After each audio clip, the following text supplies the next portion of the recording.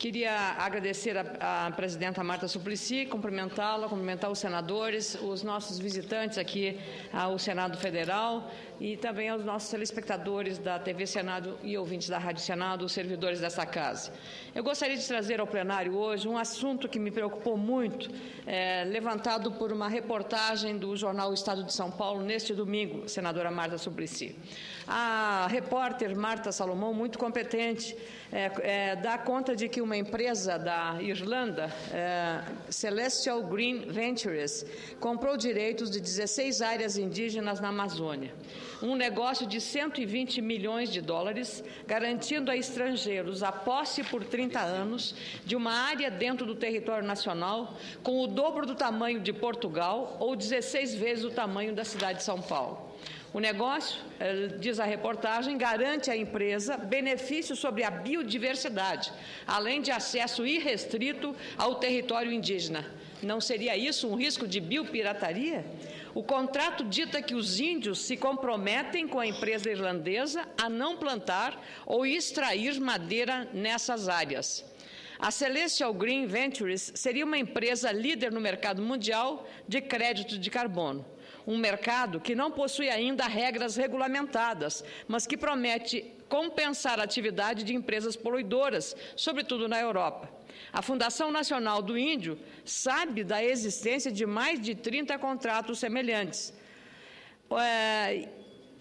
A pergunta que faço, senhora presidente, é a seguinte: onde estava a Fundação Nacional do Índio, a FUNAI, quando esses contratos foram fechados? Avalizou-os? Onde está a Procuradoria-Geral da República? Aliás, como faço sempre, a minha assessoria, hoje pela manhã, buscou junto à FUNAI informações. E a assessoria da FUNAI informou que qualquer negócio fechado envolvendo terras na floresta amazônica, senador Mozarildo Cavalcante, é ilegal e fere a legislação brasileira. A terra onde estão os índios é de usufruto e pertence ao povo brasileiro.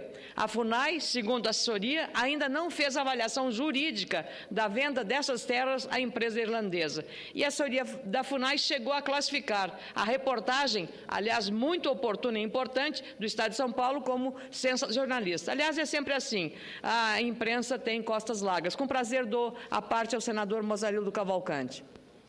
Senadora Ana Amélia, eu, até certo ponto, sou um pouco carimbado por essas ONGs que se dizem defensoras da causa indígena, muitas delas nitidamente desonestas e outras que não atendem aos interesses nacionais, porque nós já constatamos há muito tempo, o meu estado tem quase 60% da área do estado de terras indígenas, e a presença permanente de estrangeiro nessas terras é noticiada pela imprensa há muito tempo.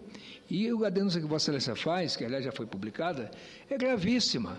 Então, se nós temos hoje, senadora Ana Amélia, para 0,3% da população nacional que são os índios, mais de 14% da área do país já demarcada, e notadamente na Amazônia, grandes reservas indígenas na fronteira, inclusive, é um risco muito grande para a soberania nacional essa questão. E o que é pior, essa política de só demarcar terras não traz benefício pessoal para os índios.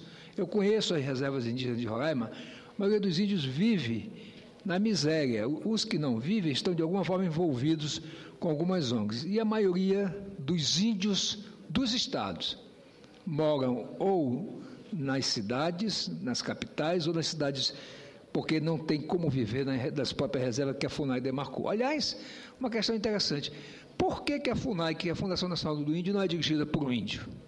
Tem muitos índios com curso superior capazes de dirigir a FUNAI. Obrigada, senador Mozarildo Cavalcante, que conhece bem essa temática. E o papel nosso não é para uma denúncia, mas trazer à discussão esse assunto, porque foi documentado pelo jornal Estado de São Paulo nesta matéria publicada domingo. Enquanto isso acontece na Amazônia, senador Mozarildo, a FUNAI está nos municípios gaúchos de Erechim, Erebango e Getúlio Vargas, removendo 300 200 famílias de agricultores para assentar 63 índios guaranis. Desde 2003, foi iniciado pela FUNAI o processo de demarcação da reserva indígena de Mato Preto. Eu enfatizo que defendo os direitos dos indígenas às suas terras, tal como a demarcação das áreas quilombolas, presidenta Marta Suplicy. Mas a demarcação, da forma como está sendo feita, é ilegal. Trago aqui a posição da Procuradoria do Estado do Rio Grande do Sul, que contestou o laudo técnico da FUNAI. Para o procurador Rodinei Candeia, não cabe à FUNAI definir se a terra é indígena ou não. É necessária a criação de um grupo de estudo, o que não foi feito até agora. Aliás, o procurador Rodinei Candeia, no momento que estivemos com o ministro José Eduardo Cardoso, impressionou pela qualificação técnica em relação a esse assunto. Aliás, o processo administrativo da demarcação de Mato Preto, diz ainda o procurador, é confuso. Inicia com o pedido de demarcação para 223 hectares, mas no final pede uma desapropriação de 4.000 hectares. Veja a insegurança jurídica provocada por essa mudança de comportamento. Esse processo, senhoras e senhores senadores, fere a Constituição Federal porque não respeita o direito de defesa dos produtores que são há gerações nessas terras. Em outra região do Rio Grande do Sul, nos municípios de Sananduva e Cacique Doble, 64 famílias serão retiradas para a criação da reserva do Passo Grande da Forquilha. Lá, os agricultores também vivem em estado de intranquilidade e tensão, pois os índios estão ocupando as terras, apoiados pela FUNAI, antes mesmo da conclusão do processo da desapropriação e demarcação.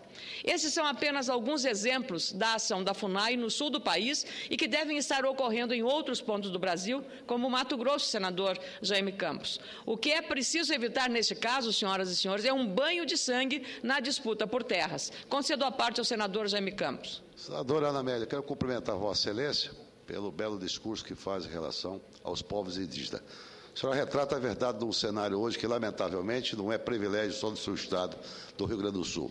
Isso tem causado intranquilidade, sobretudo questão de segurança jurídica, na maioria dos estados da Federação. Dentre eles, o meu querido Mato Grosso, que, lamentavelmente, hoje passa por uma situação caótica, ou seja, acima daquilo que podemos esperar, na medida que não está tendo nenhum compromisso com os cidadãos que estão na terra há já 40, 50, alguns há 80 anos, que vêm de gerações, e, lamentavelmente, todos os dias, de forma irresponsável, a FUNAI, através de decreto, portaria, tem aumentado as reservas de indígenas. Vou dar um exemplo para Vossa Excelência aqui apenas. Eu estou aqui mesmo agora com uma matéria, hoje, no jornal O Estado, em relação à venda, ou seja, de florestas para grupos internacionais, para ONGs, que eu retirei agora. É o motivo do meu pronunciamento, senador. Isso aqui é uma vergonha, isso aqui é um escárnio, isso aqui é um desrespeito, naturalmente, às leis brasileiras, na medida que eu não sei com o apoio de quem. Aqui na matéria diz que registrou, inclusive, os contratos na FUNAI. Ora, essa é uma propriedade do governo brasileiro. É evidente, reservado o direito do índio de habitar lá. Todavia, nós temos que tomar algumas providências. O que se percebe hoje com muita clara evidência é de que não tem nenhum compromisso com o cidadão que está lá produzindo e, sobretudo, o que o índio, na verdade, quer, ele quer mais dignidade, quer mais cidadania. A ampliação da reserva está defendendo o interesse, eu não sei de quem. Entretanto, eu quero crer que esse pronunciamento de Vossa Excelência, ele é pertinente e, sobretudo, não é só particularmente para o seu Estado do Rio Grande do Sul.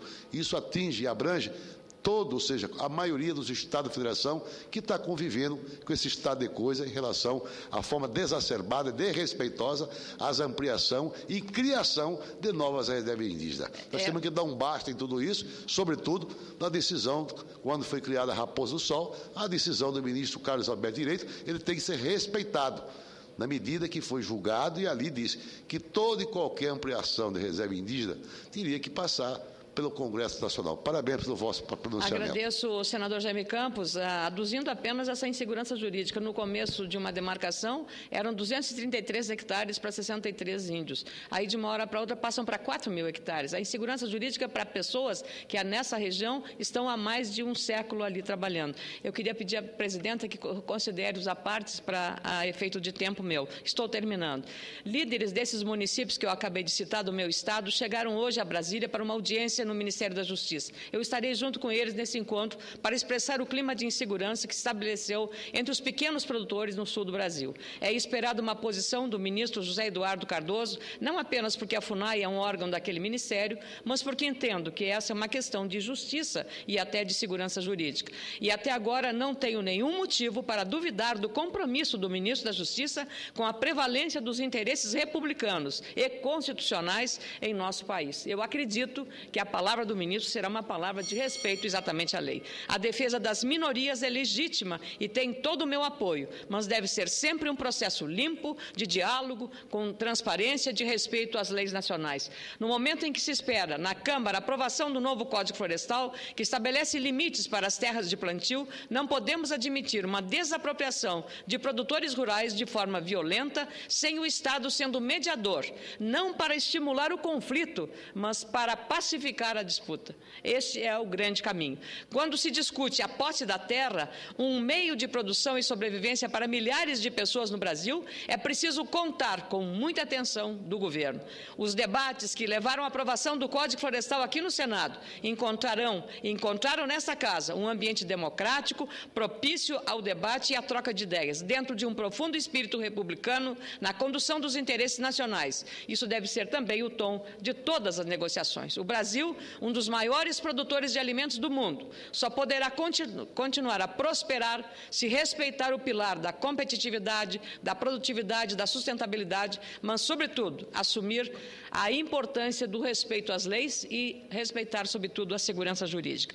Ao finalizar, senhora presidenta Marta Suplicy, gostaria de que, nos anais desta Casa, ficasse registrado o pronunciamento que eu deveria ter feito na sessão de hoje de manhã, em homenagem à presidenta Dilma Rousseff e mais outras agraciadas com o prêmio Berta Lutz, porque, em função das superposições de atividades, não foi possível fazer esse pronunciamento. Vossa Excelência teve a oportunidade de fazer um curto e contundente pronunciamento, inclusive com pétalas de rosa caindo no plenário do Senado, que foi um momento muito bonito, muito simbólico. Então, eu gostaria de pedir a Vossa Excelência para a transcrição na íntegra do discurso que eu faria hoje de manhã, para cumprimentar a presidenta e as demais agraciadas com toda a honra do